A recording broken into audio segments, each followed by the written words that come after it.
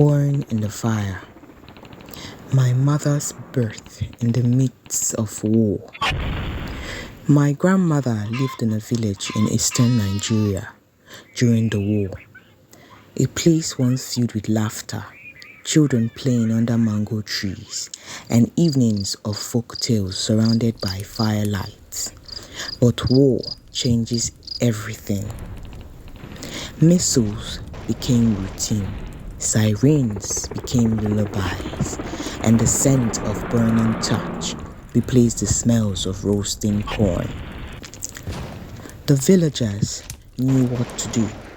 Everyone had a hole, a bomb shelter, dug quickly with bare hands and desperation. But as my grandmother's belly grew, a new problem arose. The holes were narrow, just big enough for one person. My grandmother, now 9 months pregnant, knelt beside the shelter and stared into it. And she knew she wouldn't fit anymore. She tried anyways twice, each time getting stuck, breathless and panicked, forced to crawl back out. The others began to hesitate, unsure whether to help her or help themselves.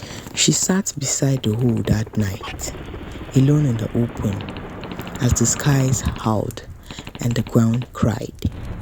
The choice was no longer about safety. It was about surviving long enough to give birth. She moved to higher ground, not to be closer to God, but to hide better, fight smarter. And she found a slope surrounded by banana trees and decided this is where it will happen. She was going to give birth in the open, while death reigned from above. That night, the bombs came louder, whistling, cracking, shaking the land like thunder from hell. And then the first contraction hit. She bit her lips to keep from screaming, not from the pain, but because sound could cost her life. There was no midwife, just earth, leaves, and prayer. And then she felt it, the final wave.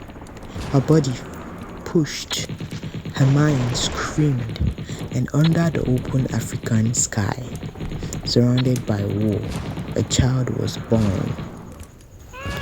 My mother entered the world, wrapped not in linen, but in leaves. Her first breath caught through smoke. Her first cry, loud and defiant, rang through a burning night, a scream of life amidst a symphony of death. They stayed there until dawn. The bombs faded, the world quieted, and the sun rose. The village emerged, broken but breathing. They found her on the hill, cradling a miracle.